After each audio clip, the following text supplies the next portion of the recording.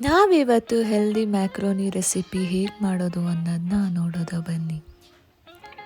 ಮೊದಲಿಗೆ ಒಂದು ಪ್ಯಾನ್ ತೊಗೊಂಡು ಅದಕ್ಕೆ ಸ್ವಲ್ಪ ತುಪ್ಪ ಹಾಕಿ ಎಲ್ಲ ವೆಜಿಟೇಬಲ್ಸ್ನ ಫ್ರೈ ಮಾಡ್ಕೋಬೇಕು.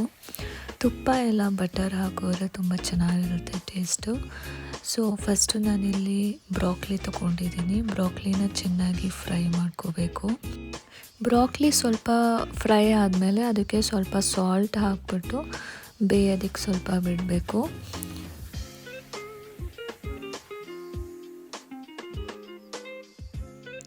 ನೆಕ್ಸ್ಟು ಮಶ್ರೂಮ್ಸ್ನೆಲ್ಲ ನೀಟಾಗಿ ಕಟ್ ಮಾಡಿಕೊಂಡು ಅದನ್ನ ಆ್ಯಡ್ ಮಾಡಬೇಕು.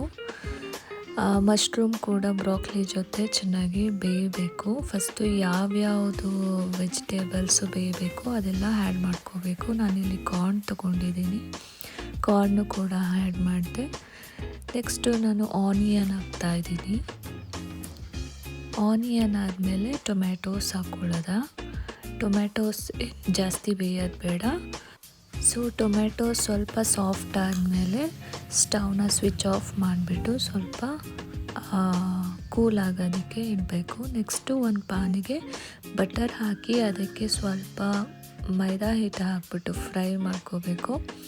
ಅದು ಚೆನ್ನಾಗಿ ಫ್ರೈ ಆದಮೇಲೆ ಸ್ವಲ್ಪ ಸ್ವಲ್ಪ ಮಿಲ್ಕನ್ನ ಆ್ಯಡ್ ಮಾಡ್ತಾ ನಮಗೆ ಎಷ್ಟು ಮಿಲ್ಕ್ ಬೇಕೋ ಅಷ್ಟನ್ನು ಆ್ಯಡ್ ಮಾಡ್ತಾ ಅದ್ರ ಜೊತೆ ಬೇಯಿಸ್ಕೋಬೇಕು. ಸೊ ಈ ಬಟರ್ ಮತ್ತು ಮಿಲ್ಕ್ ಚೆನ್ನಾಗಿ ಮಿಕ್ಸ್ ಆಗಬೇಕು. ಸೊ ಅಲ್ಲಿ ತನಕ ಕುದಿಸ್ಕೋಬೇಕು ಚೆನ್ನಾಗಿ. ಆಮೇಲೆ ಇಲ್ಲಿ ನಾನು ಚೀಸ್ ಆ್ಯಡ್ ಮಾಡ್ತಾಯಿದ್ದೀನಿ. ಚೀಸ್ ಎಲ್ಲ ಮೆಲ್ಟ್ ಆಗೋ ತನಕ ಅದನ್ನು ಸ್ವಲ್ಪ ಬಾಯ್ಲ್ ಮಾಡ್ಕೋಬೇಕು.